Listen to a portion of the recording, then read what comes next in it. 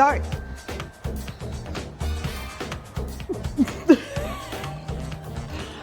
and this is how we always start podcast episodes, Yes. is by laughing nervously. Yes. Yeah. Mm. So, And hello.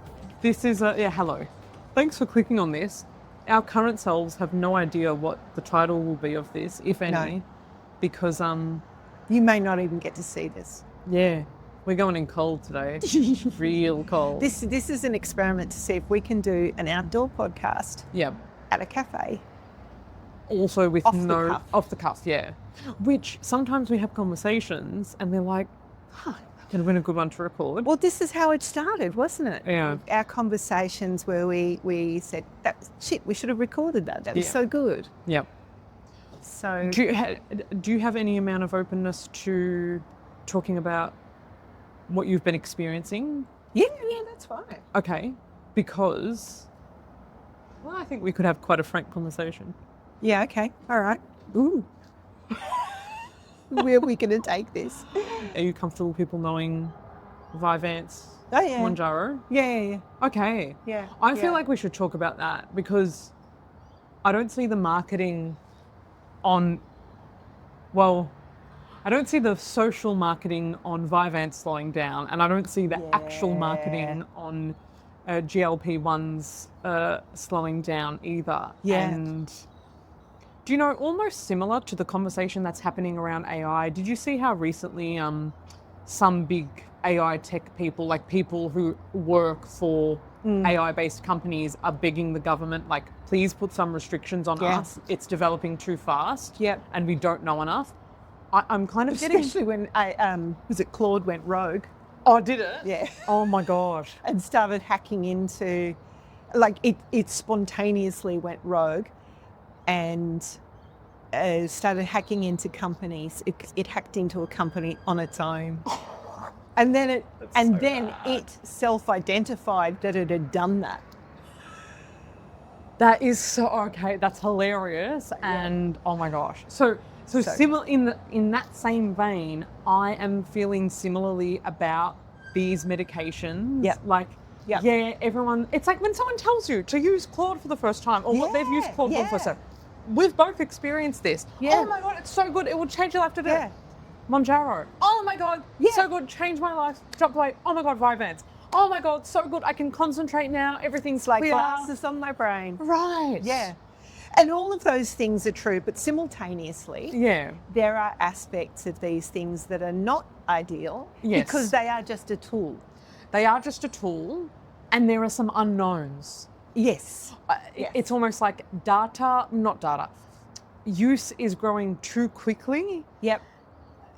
It makes it impossible for solid safety data Yes. to catch up. Yes. We don't know what a generation of 20 and 30-year-olds on Vyvanse looks like in 30 years from now. Well, we do. Preliminary. Well, yeah, maybe some kids I went to school with. Yeah. Well, I mean, there were kids even further back than that were prescribed. Well, maybe less Vyvanse, Probably not more Vyvanse. Ritalin. Ritalin, yeah. But there is some data. I mean, and that poses questions about developing brains, altering neurotransmitters, brain plasticity. Yeah. So where are we going to start?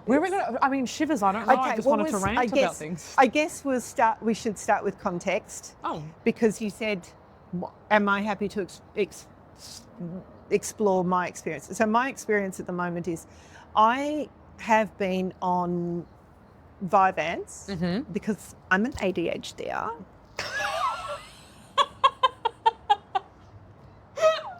I love that. And I have, and Karinda and I have constant conversations about ADHD and the maybe overdiagnosis, the holding too tightly to labels, We've done podcast episodes on it. Yeah. So it's an ongoing conversation, and I'm still not comfortable with holding on to this label. Nor am I comfortable with the concept of taking a medication long term. Yeah. Nor am I convinced that medication is doing me the amount of benefit that justifies the potential risks. Yeah, yep. You know, Cost benefit. There's the cost of maintaining it. There's the cost to my body, my not young body. Yeah. So I've been on Vyvanse on and off for some years now. How many years? Yeah, when did you get diagnosed? 2022? Yeah, probably 2022. I think it was probably 2023 before I started on Vyvanse. Because we know the process is long and tedious and expensive. Yeah. Question marks. Question marks. So that's my opinions do not reflect the opinions of Julie Forrester. But that's the whole point, isn't it? That we're always exploring these things. Yeah. And you can't, if you're exploring something, you can't be fixed on a position. Yeah. So, you know, and I'm open to comments one way or the other about this. Anyway, so I'm on Vyvanse. I'm also have been on and off Mounjaro, a GLP-1 receptor agonist. And that's been an interesting journey on its own. Started my own podcast just on that journey, well, exploring whether I will or I won't. Recorded 2 episodes, published 1. That was the end of that, because by the time I published it, I'd already gone on it. I decided it was a good idea, and then got really sick with it. Yeah. So that's the context. Yeah. Then which Then where do we go from there? Ask me questions, maybe. That is that's a good place to start. I'm just thinking if there's anything I want to say straight off the bat in terms of caveats. And look, I think we have done a whole episode on side effects. Yeah, we did. Yep. And when we're working with medications that have such a narrow mechanism of action target, things can start to tip off balance. Even if it's in the direction of what you want, it can go further. It can go too far. Beyond the intended action. Something I want to say about Vyvanse straight off the bat, and maybe we can get into the weeds a bit should we need. I end up having conversations with a lot of my male friends who are taking it, who feel very surprised and almost scared when they learn about its impact on with vitamin C and how that can directly, indirectly impact hair loss and hair growth. Yeah. So I just want to put that out there if you weren't aware of that. That, you know, really, really interestingly. Yeah. Maybe this actually links to Mounjaro, just in terms of how we care about our physical bodies. Really interestingly, that conversation about hair loss and Vyvanse increasing the risk of it seems to get people thinking in a different wavelength in terms of, oh, okay, so I don't want to take this thing all the time then. I can't take this thing forever. So how will I look at my life and look at what this medication gives me, and how will I customize it so that I'm not taking it all the time, but it is still a useful, selective tool. Yeah. And I'm really here for that. I'm really here for using things as selective, specific tools rather than coveralls, rather than this is the thing I have to take all the time. Like, I'm not sure there's anything our bodies do constantly, all the time, like 24/7. Like, you know, unless we're talking about staying alive.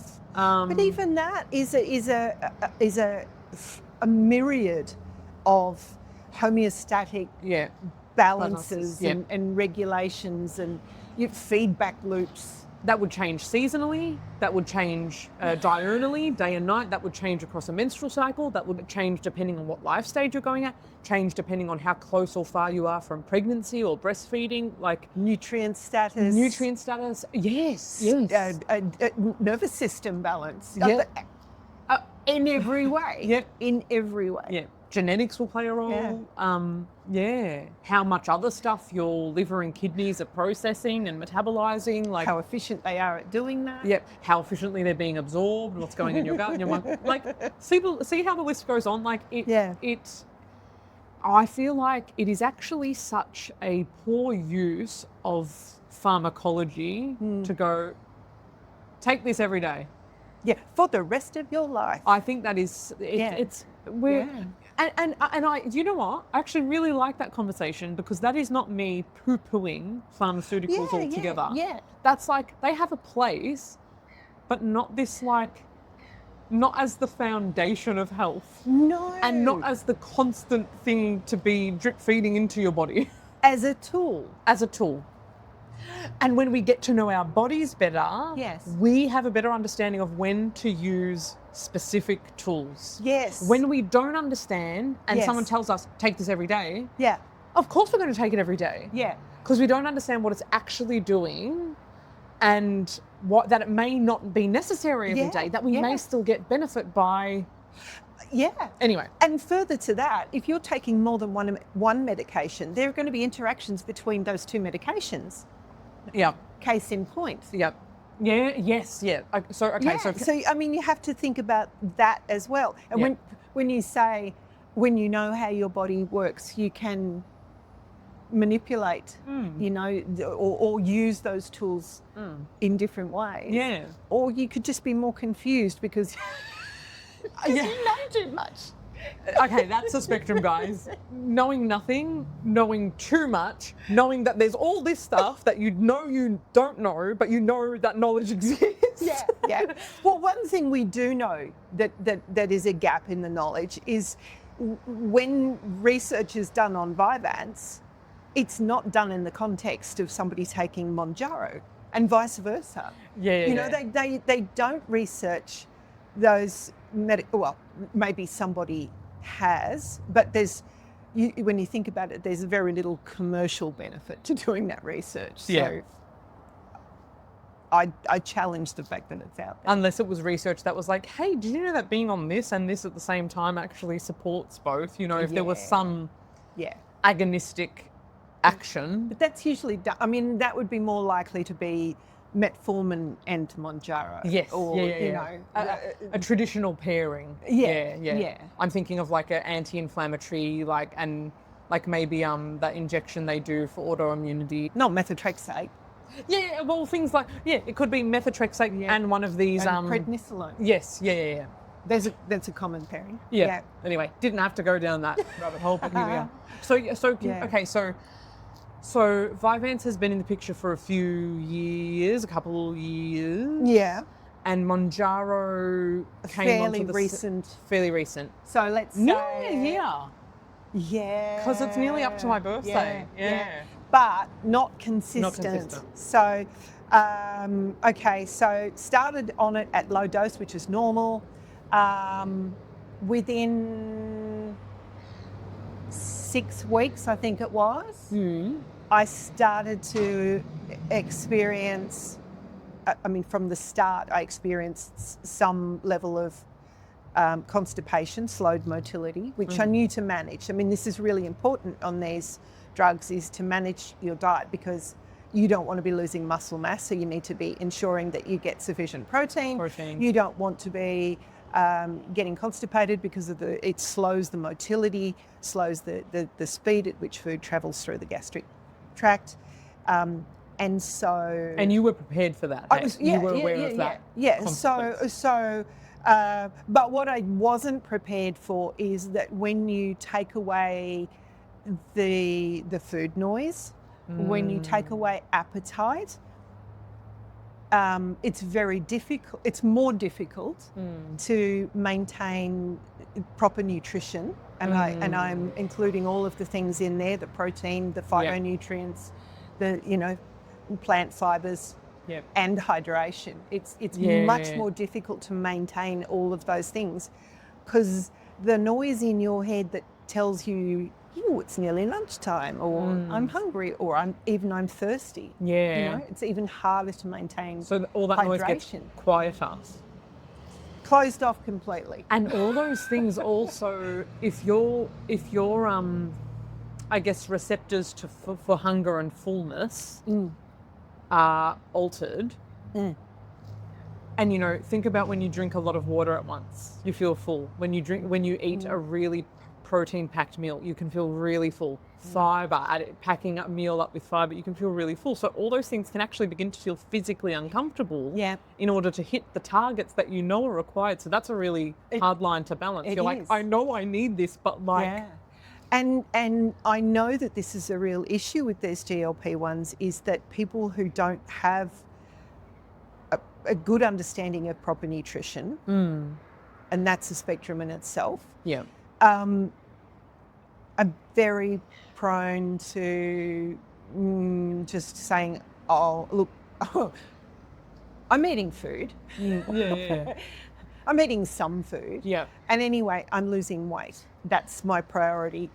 As long as I'm losing weight, I'm happy. And then what happens is your hunger does catch up with you. You do have some degree of hunger, and you get to the end of the day and you eat ice cream. Yeah. Or, you know, you're snacking on those foods that really are not high in nutrition. Yeah. They're, you know. Not nutritionally beneficial, and at a time of day where your body is physiologically less effective at digesting, absorbing, having the most stable energy response in terms of the food that you're putting in. Like, which is the problem with, you know, flying through the first half of your day and then binging at dinner anyway. It's metabolically almost reversed to what we should be doing. Then if you're spending the first half of your day feeling not hungry or actively nauseous, my God, and then you've done all this work during the day, and then it gets to dinner time and you're like, oh my God, I need to eat something, but I can't eat like a good full meal. Let me just get a snack. Yeah, and because when you feel even, you know, a small degree of nausea, you can go through that thing, at least I have, I don't know if this is everybody's experience, where you go, oh, I'm hungry, but I don't know what I want. And then you, at everything, you know, if somebody was suggesting meals to you, you'd go, no, not that. Not that. No, I don't want that. and so you do default to those yummy, delicious things. You know, it could be hot chips, it could be bread, it could, you know, chocolate, all those non-nutritive foods or non-food. Non-food is better. Hey, and shout out to the Four Corners episode about, you know, testing certain supermarket and different branded foods and showing what's really in the certain food packages, you know, what they're promoting is in it versus what's actually in it, and all the misleading and all the marketing that goes behind making sure we buy the thing they want us to buy. Including those things that are labelled natural. Yes, So, I mean, just to plant that seed as well, that I'm very happy for both of us to say non-foods, because some people are eating what they think is food, and my God, it's synthetic food. Or food-like substances. Yes, that's let's the call term. it that. Yeah. So, as a consequence of probably the Mounjaro and the Vyvanse together, and maybe given my age and maybe just me, a bit of a predisposition to a slower motility. And to translate that for people, that would be like constipation. Constipation. And we also need to clarify here, constipation doesn't just mean not going every day. You can go every day, but have a really slow transit time. So the food is taking a really long time to go through the digestive system. Sure, you're pooping every day, but it's the majority of it is staying in the body for a long time, which has other implications. Maybe we'll come back to that. And you can also be doing a poop every day, but it's a constipated poop. It's maybe small plops or pebbles, or very hard and cracked. It's not a hydrated stool. Anyway. So there's straining involved. Maybe a bit of pain. Anyway. So, and you were saying predisposition. Then you slow it down with, actually both medications. Both medications slow gut motility. Okay.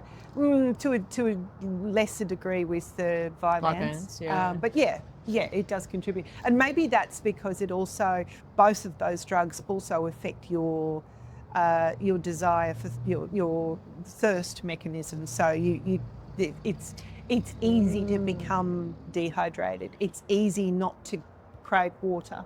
Interesting. Okay. And I had another friend ask me recently about leg cramps. Drinks water. Yes, leg cramps after he was taking a new dose of Vyvanse. And I said, electrolytes, water, because I was thinking about hydration in the context of depleting electrolytes and minerals. Yeah. And how certain pharmaceuticals can help us burn through nutrients faster based on different enzyme reactions that are needed. But I didn't even think that that both of those can reduce the thirst signal. Yeah. So it's kind of dehydrating at a couple of different angles. Okay. Proceed. Yeah. Okay.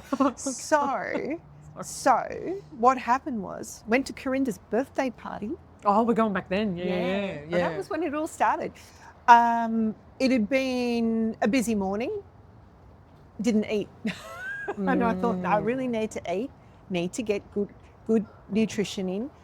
Had to stop on the way, stopped at a service station. There was a sushi place in a service station. They had some lovely fresh sushi. I thought, lovely. I'll have some brown rice sushi with some, I don't know, there was some kind of fish in it. May well have been farmed salmon, which I don't like. Very against farmed salmon. But, you know, you've got to buy what you can get. Yeah. And then we were at Karinda's birthday party and I started feeling nauseous.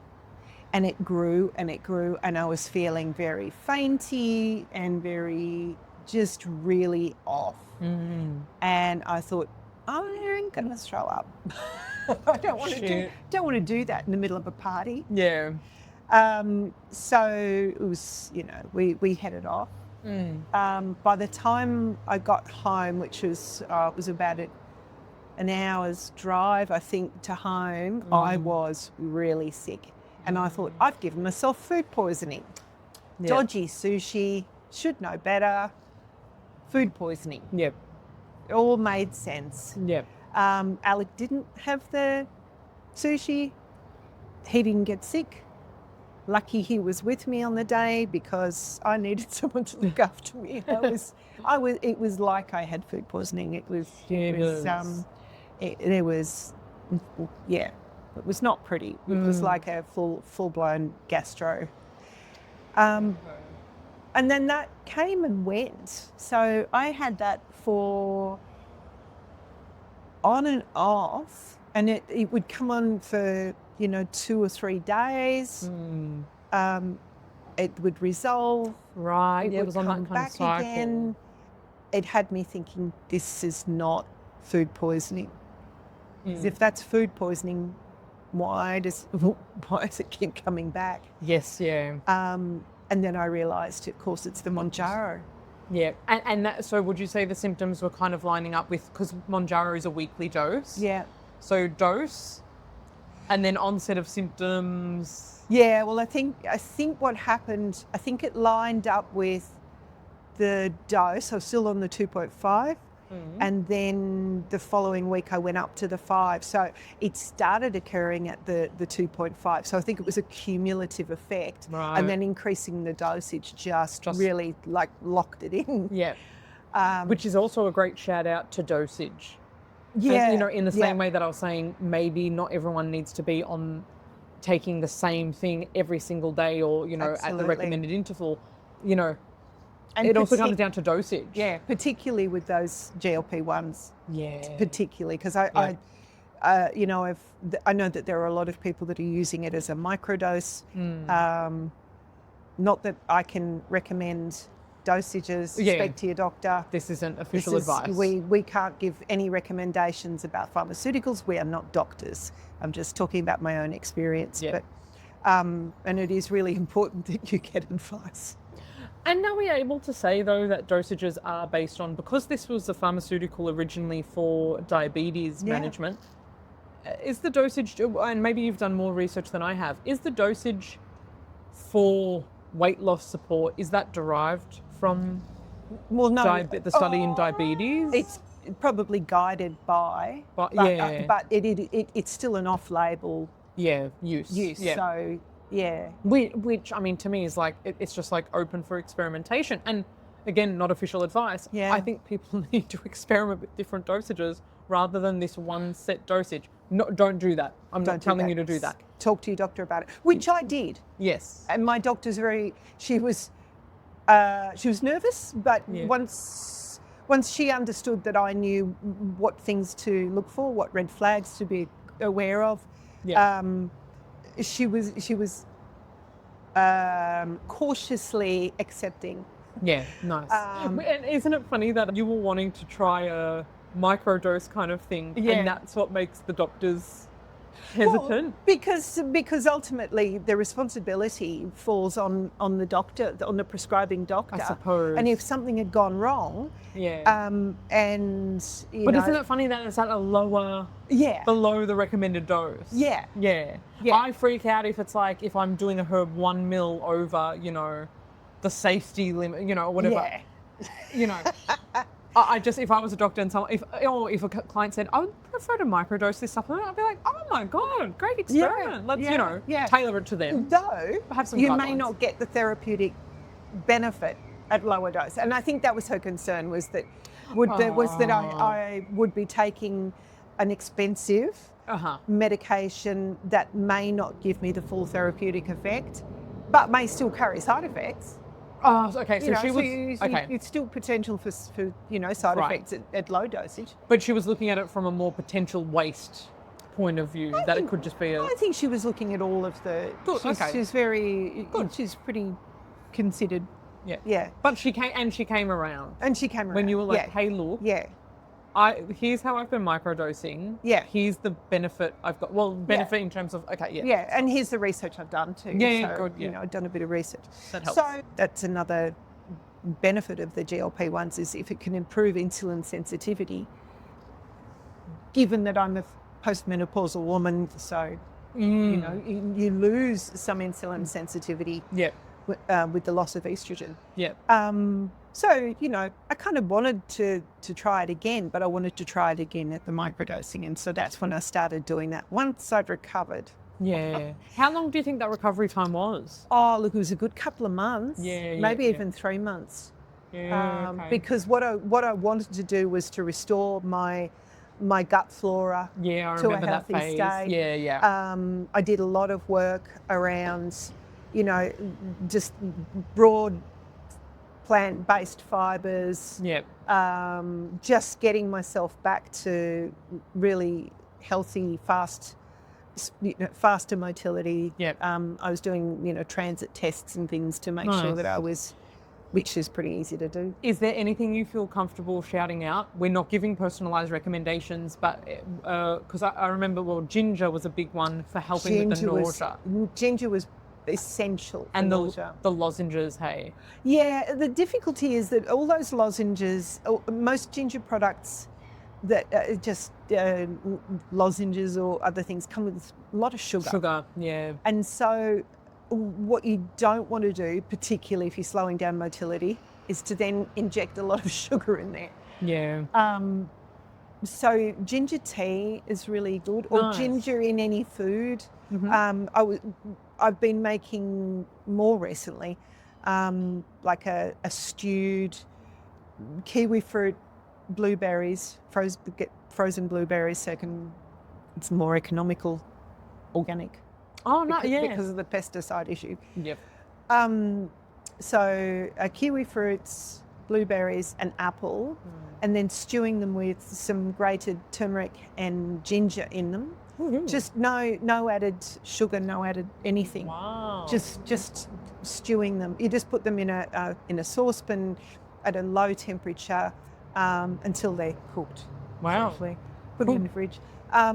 So that's really helpful, like incorporating ginger into your foods is a great way of doing it, because a little bit of ginger in all of your meals is better than ginger lozenges that are full of sugar. And you're just having sugar.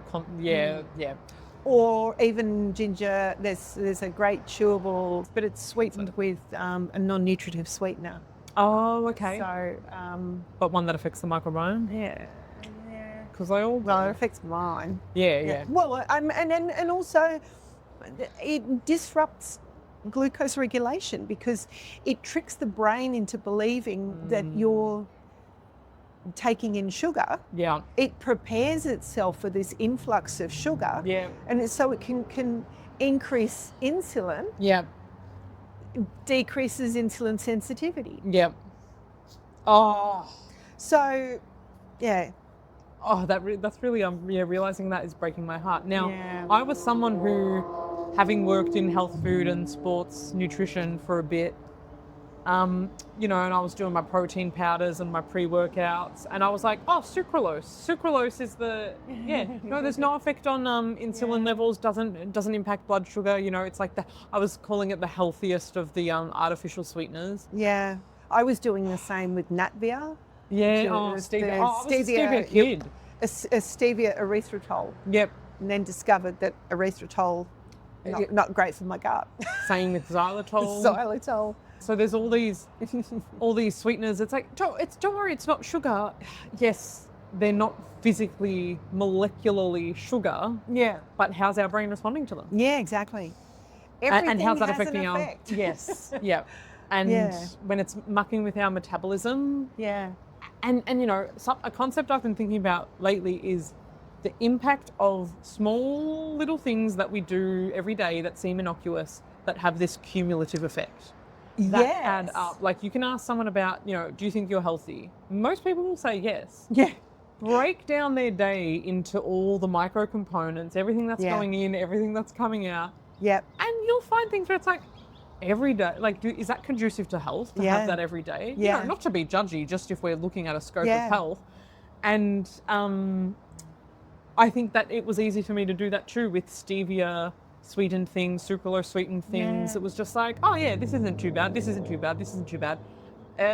If you're sending signals to your brain that is spitting out insulin repeatedly over time, and even if it is just from high sugar foods. I don't eat a lot of sugar. Yeah. What do you have for breakfast? Cereal. Oh, cereal, Wheat Bix, maybe some muesli. Yeah. But I don't put sugar on it.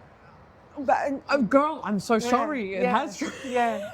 And I'm sorry that bread is sugar. This is a tangent, but That's fine. Another thing that is a sort of what's the word? A belief. Yeah. Around fruit. Yeah. Fruit is healthy. Sugar in fruit is healthy when it comes packaged in fruit. Yeah. Sugar, not as juice. Not as juice. Not as dried fruit. Not as dried fruit. Not as a fruit product. As soon as you take a component of the fruit from the fruit, it is no longer packaged in all of the other things that modulates the way the body responds to that food source. Yeah. It's a whole package. Yep. Everything comes back to the same thing, doesn't it? Live our lives in the way that we evolved to live them. Yeah. Eat the foods. Yep. Real foods. In the packages that they come in. Yeah. In the way that they're grown. Yeah. In the season that they're grown in. Yeah. In the location that you're in. Wouldn't it be, now let me say this, wouldn't it be so much easier if we were religious? Because we could say, as God intended. Can we say as God intended? I guess we can, not for our audio With listeners. bunny ears? Bunny ears for our audio listeners. But truly, that does guide a lot of religious people. Like, natural things, for some people it's easier to lean into that because of their faith. And I kind of wish we had something. Do you feel like we're often having to justify good health practices to people? Yeah. and we're having to justify natural health. Yeah. But then isn't our faith in natural medicine or just a kind of religion? That's another episode. That's a podcast. Okay, all right. We can pause that there. Just some thoughts. Yeah. As always, planting seeds for our folks to think about. Continue with your journey. Okay, so what happened there? Oh, so then I started microdosing. Oh, I should just add in there too. There's some fairly recent research. There's a sentence that Julie starts a lot. Some fairly recent research around particularly women's metabolism. That that points to the adipostat, so the set point. That's a concept where the body's, so we're hardwired for an environment that is that maybe isn't easy to find food, and so we have mechanisms to make sure that we'll be safe from famine. So we store away food. We have all of these drivers like hunger, thirst, like things like that, like survival-y things? Yeah, oh yeah. But I was thinking particularly around around food. Oh, well, I mean, okay. and because then, you know, there's all of there's leptin and ghrelin and ghrelin and what's the other ones? There's other ones. Because they're a pair. Oh, like you're thinking of not CCK or adipostat and adiponectin. Yeah. Yeah, well, probably those as well. But anyway, that we digress. So we do digress a lot. So the adipostat, the set point. What happens is you achieve a particular weight, your body will defend it, and it will defend it by increasing your appetite and decreasing your energy levels, your activity levels. And so one of the things that happens when people diet, particularly when they diet regularly, is that you can sort of trigger this stronger defense of this set point. So at the heaviest weight you've been, your body's still trying to achieve that. You know, we need to store away that much fat because we were well stored for the next famine. Yes, yeah, we had resources, yeah. There was a sense of safety. Yeah. And so it's all very well to say you can lose weight doing X, Y, and Z, but can you maintain that weight loss? Yeah. And this set point is the sticking point for many people, that they lose the weight. I mean, look at the Netflix thing on The Biggest Loser. Oh yeah, I did watch that. Yeah, all those poor people that lost extreme amounts of weight and then put it all back on again, and maybe then some. Yeah. And you know, every woman's experience of dieting, I think, as well. Yeah. Anyway, we have a set point. Our bodies are trying to maintain that weight all the time. So how do you change? How do you alter the set point back down again? Because it can be changed. Yeah. So you can lower it. Oh, tell us how. Give us the secrets.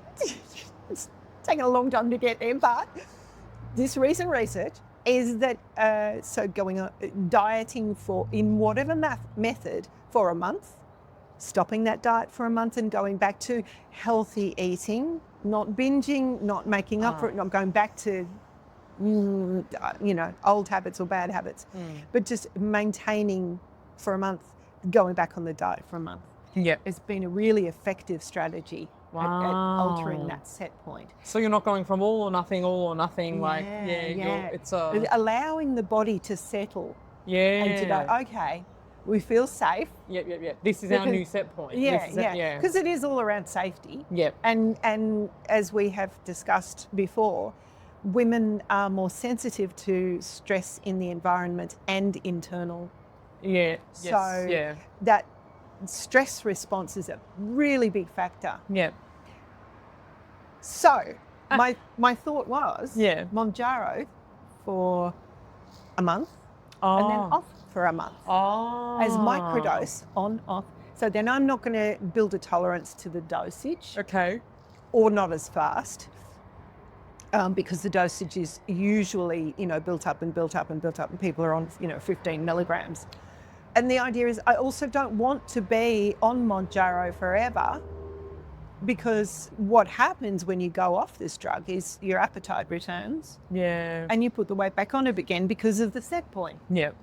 So I wanted to modulate that as I'm going, so that I don't send the signals to my body that I'm in famine. Yeah. And that I need to regain this weight. I want it to adjust. Interesting. Yeah. So that's what I've been doing. Okay. It's a long story. So is it fair, knowing that it's a jump, knowing that it is a generalization, is it almost fair to say as an analogy that, like being on Mounjaro is in a way getting yourself into a famine state? Any weight loss is. Any weight loss is, Any okay. calorie deficit Yeah. is triggering those responses in the body because If you've had this set point. This set Yeah. point in terms of yeah, your body saying, what's the expected amount of calories that we're getting today? What's our set weight? Like, or yeah. yeah, Okay. yeah. Because leptin within the fat cells Yeah. is communicating with the brain, with the hypothalamus, and which is also communicating with the long bones of the body to say, this is how much weight we have at this moment. Right. Leptin is saying, well, these are our fat stores. Yeah. We need to maintain this for health and for safety. Yeah. So So yeah, lots of interconnections. lots of Based on the word safety, am I also just allowed to put out there, and I'm saying this as someone who's sitting next to you and we've had lots of open conversations about weight. yeah. I'm saying this as someone who has struggled with binge eating, though As have I. though it never In a way, not a formal. right, yeah. And I guess the same for me, not in any formal way, not because, but I was going to say especially because, but not so.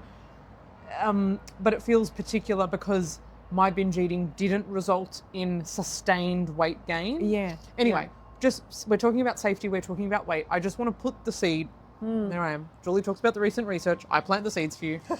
I want to plant the seed that forms of overeating, Yeah. forms of behaviors that lead to weight gain Yeah. can be linked to safety.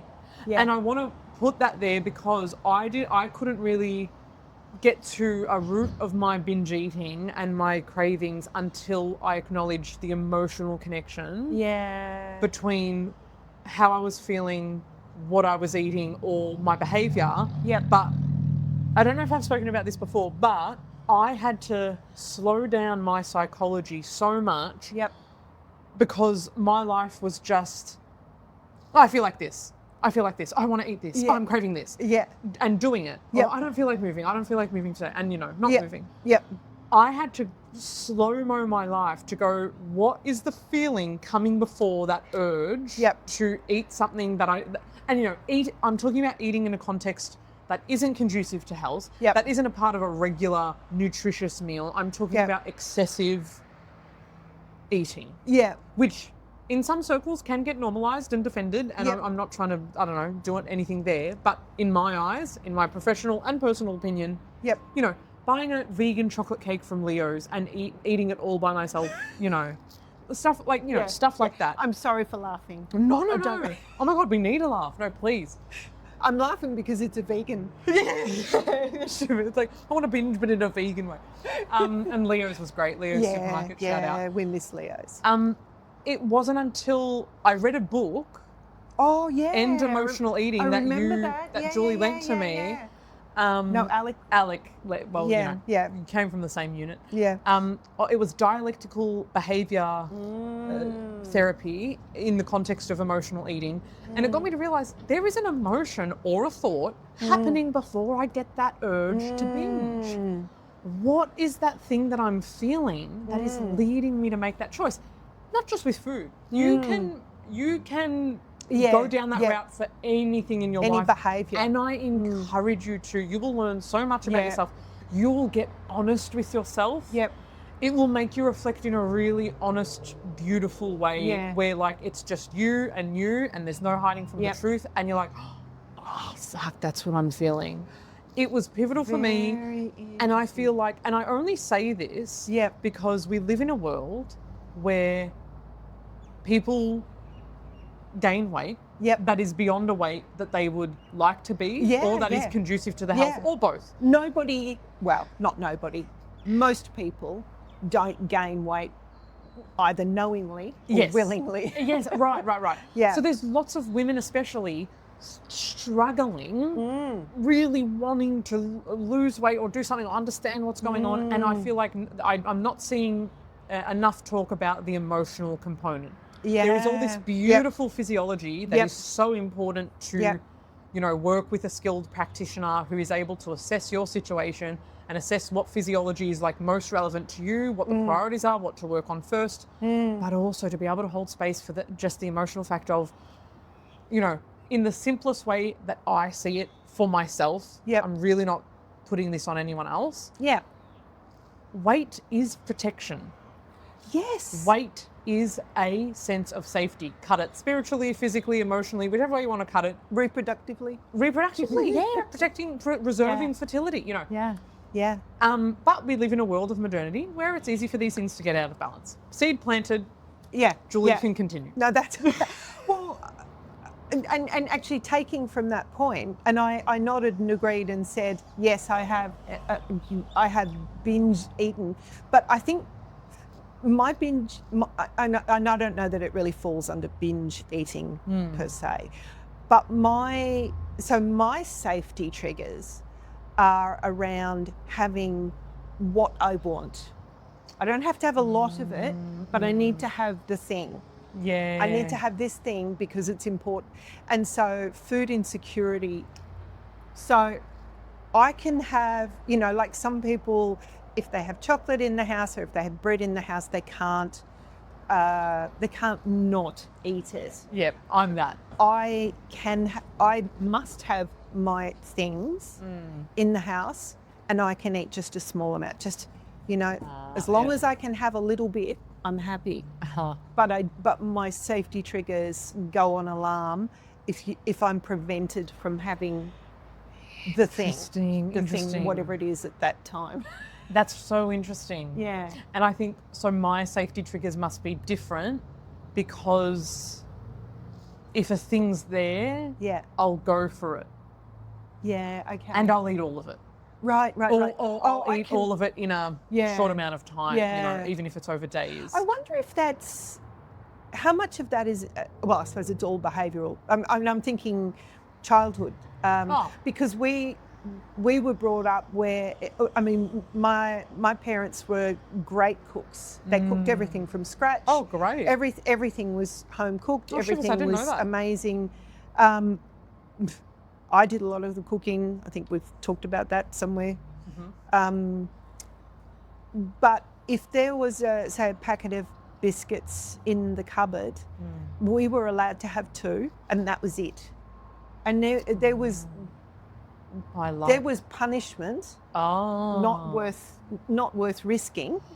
If you had more than your share, there was a lot of fairness in the house, and so I can very easily have my 2, have my whatever, and I will not eat, and something will go off. Yeah. Because I'm saving it for special.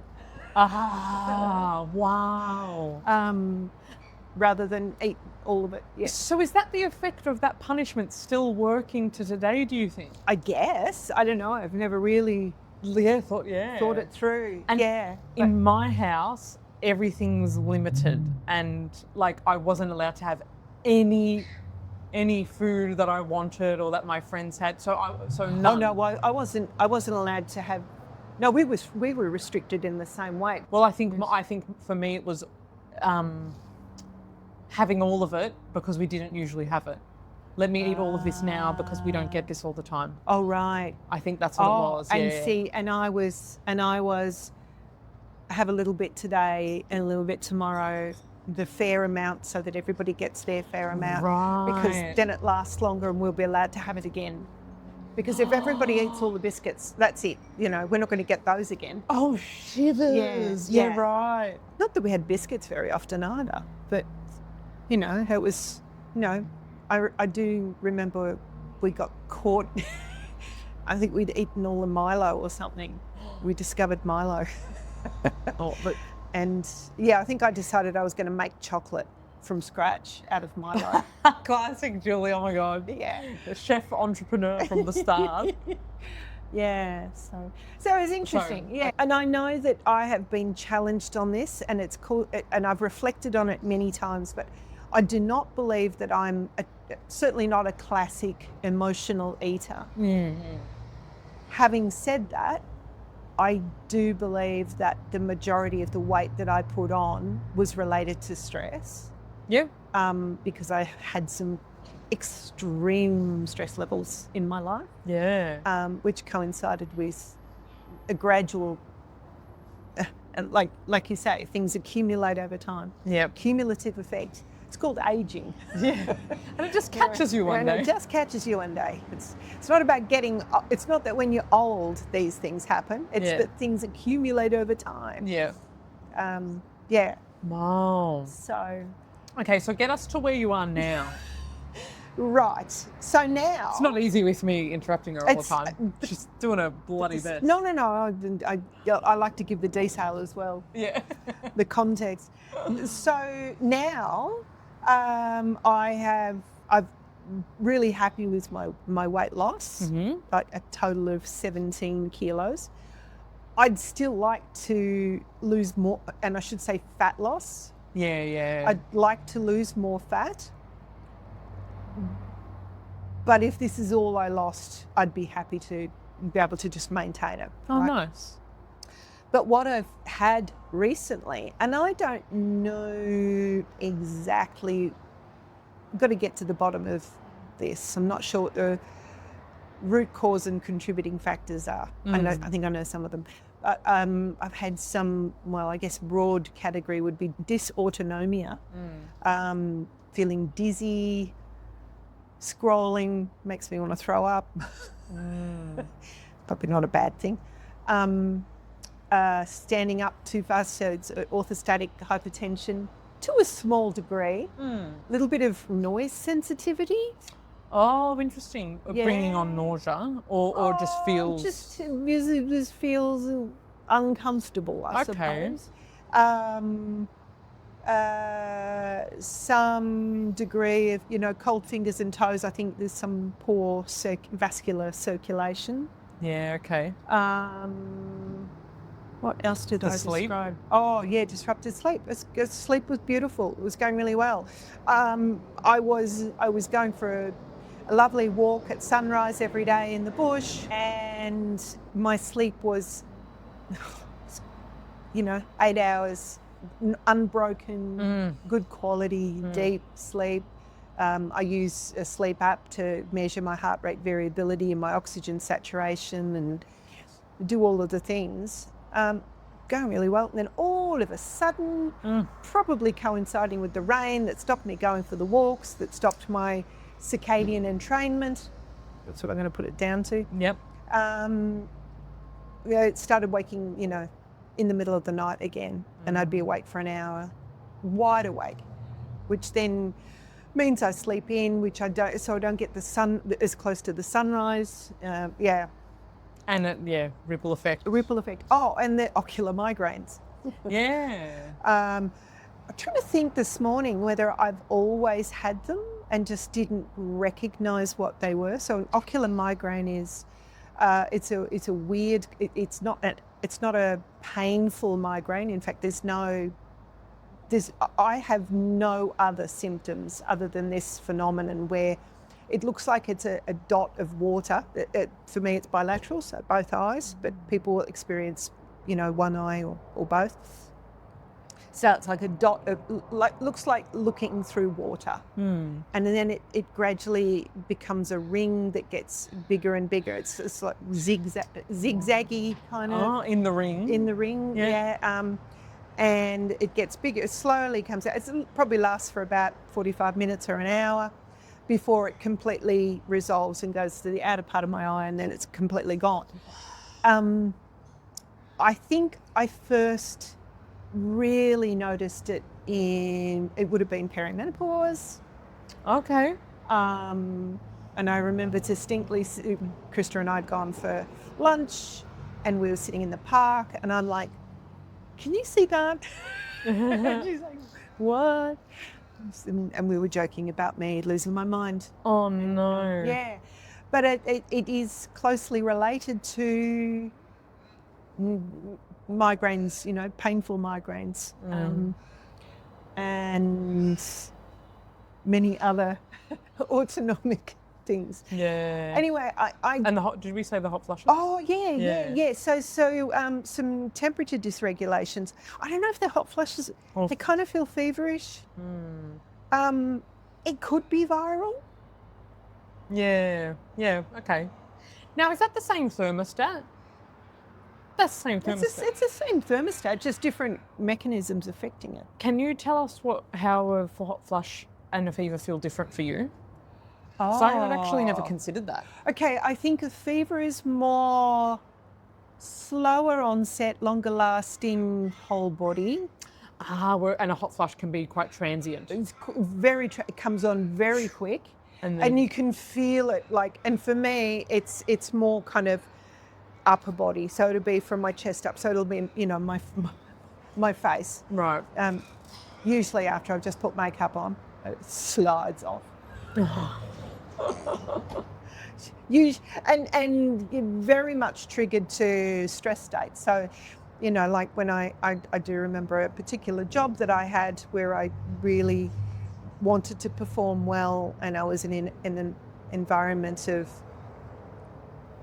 beautiful people, and every day I would turn up to work and break into a full facial sweat where it felt like, the cartoons where they've got the water coming out. My makeup sliding off my face, and I'm just trying to ignore it and please take me seriously. Yeah. So that's the difference. Yeah, okay, cool. It tend to be more localised, short acting, more acute. Okay. Yeah. I can relate to that. Yeah. So that's what you've had in the last week, 2 weeks? Hard to say because it's been coming on slowly, because I think working with 2 monitors, I've been noticing that when I go from one monitor to the other, I'm a bit woozy. Interesting. Dizzy. Okay.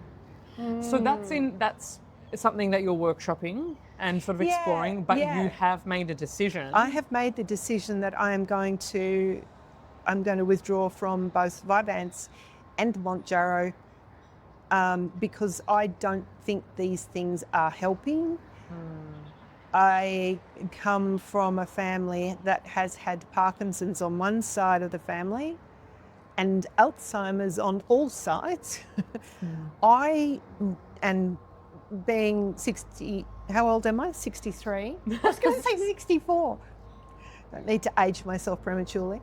Being 63, I really want to be on top of my my neurological health, and blood sugar dysregulation and some kind of neurological dysfunction, autonomic dysfunction, I do not think is conducive to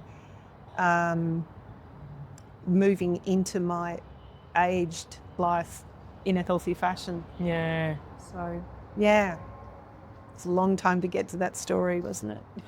No, the information and the insight and the learnings was throughout the whole story. Oh, and I should say that it is a listed ADR, adverse drug reaction, to Mounjaro to have dizziness and dysautonomia. Interesting. Oh, okay. I didn't know it was an official adverse reaction. Yeah, Okay. not a common one, but in a predisposed population, it's always about your predispositions, isn't it? Yeah.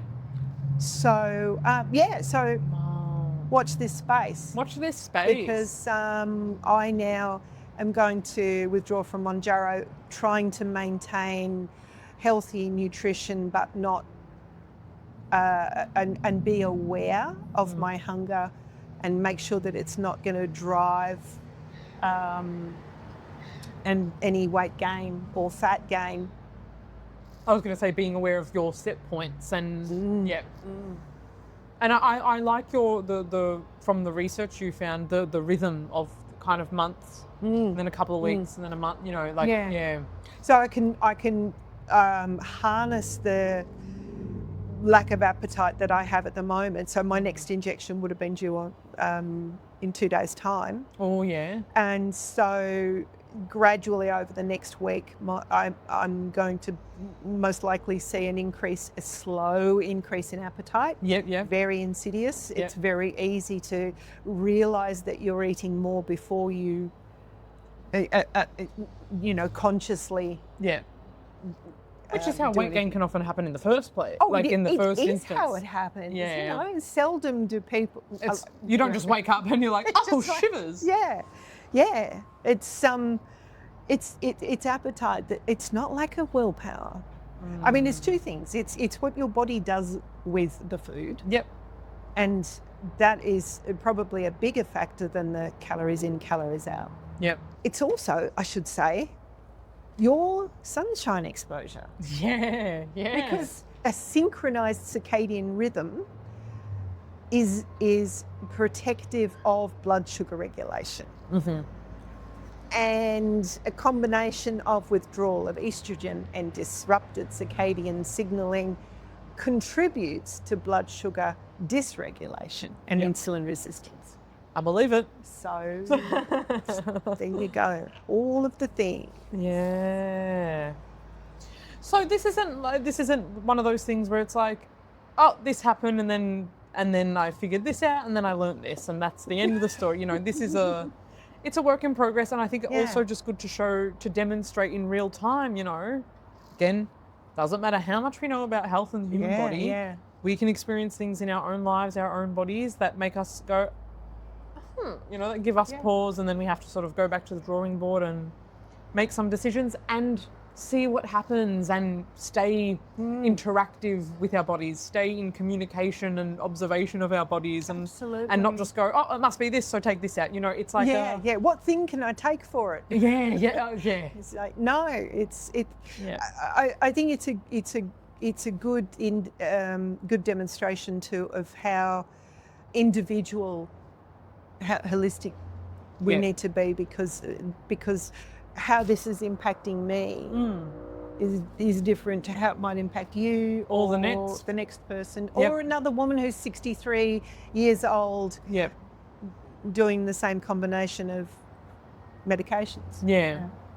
So it's a case study almost, case study into individuated holistic care. With all the values we have, but also finding the balance with pharmaceuticals, finding that way that we were talking about at the start, to use them as a supportive tool in a specific way. Yeah. I may actually decide to use herbal medicines instead. And we would love that. Because, coming back to my roots, I tried the pharmaceuticals. Maybe it hasn't worked out for me. I may choose to go back on it too at a lower dose, but I think that's unlikely given what I've discovered. Yeah, fair. And I think it would be far more useful for me to use herbal medicines which are more, safer, gentler, maybe not as strong in effect, but certainly more supportive of my body. And enabling my body to do what it needs to do rather than forcing it with pharmaceuticals. Also a really great distinction, force versus supportive. Yeah. Great distinction between pharmaceuticals and herbal medicine. Yeah. I think that's all she wrote. I think so. And look, as always, I think I say this a lot, we may not have given you any definitive answers about anything, but I hope we've raised some good, thoughtful questions that might get you thinking about your own situation in a way of like, shivers, I didn't consider that, or... And it might hopefully help you in terms of, if you're seeking assistance, that it's more important to speak to somebody who can run your particular set of circumstances through their filter that's done a health science degree and understands all of the different factors, rather than running it through, say, an AI filter. Or a neighbour or a gym instructor. Yeah. Not all gym instructors. No, hashtag not all gym instructors. But Some just- are well informed. Oh, some of them are, Yeah. but also some of them have a very It's a narrow scope narrow scope. that they're looking through. Yeah, Yeah, yeah. yeah, for sure. Yeah. And that's okay, but there might be better people to ask. Ask your friendly neighborhood naturopath Yeah. about your complex health needs. Yeah. Because you are complex. You are complex. Just by nature, you are Yes. complex. Yes, that's not the problem. Yeah. Your complexity is not the problem. No. And we love you. Yeah. Yeah. And we still don't know what the title of this is, but we thank you for Yeah. clicking or tapping on us today. And Karinda, future Karinda will Yeah. think of something really apt. oh, present Karinda has already been mulling a few ideas in her head. I'm like, oh yeah, I think I got it. In any case, please, we love receiving your ideas, suggestions, requests of things that you would like us to talk about. So please send those to us. The links to communicate with us, get in touch, will be below. And also, if you enjoyed our conversation, if you like what we have to say, if you're a first-time listener or a long-time listener, subscribe or follow wherever you're listening or watching. Consider a like or a 5-star rating, depending on which platform you're viewing us on. It helps us get our message out. It helps Absolutely. us. It helps this information reach more people that it could really, really, really support. And we thank you for your time with us today. Thank you. And your ongoing support. Yay. Thanks. Take care. Bye. Thank you for listening to another episode of The Nuanced Naturopaths. Be sure to ask us any questions you have below, engage with the polls, and we'll catch you in the next one.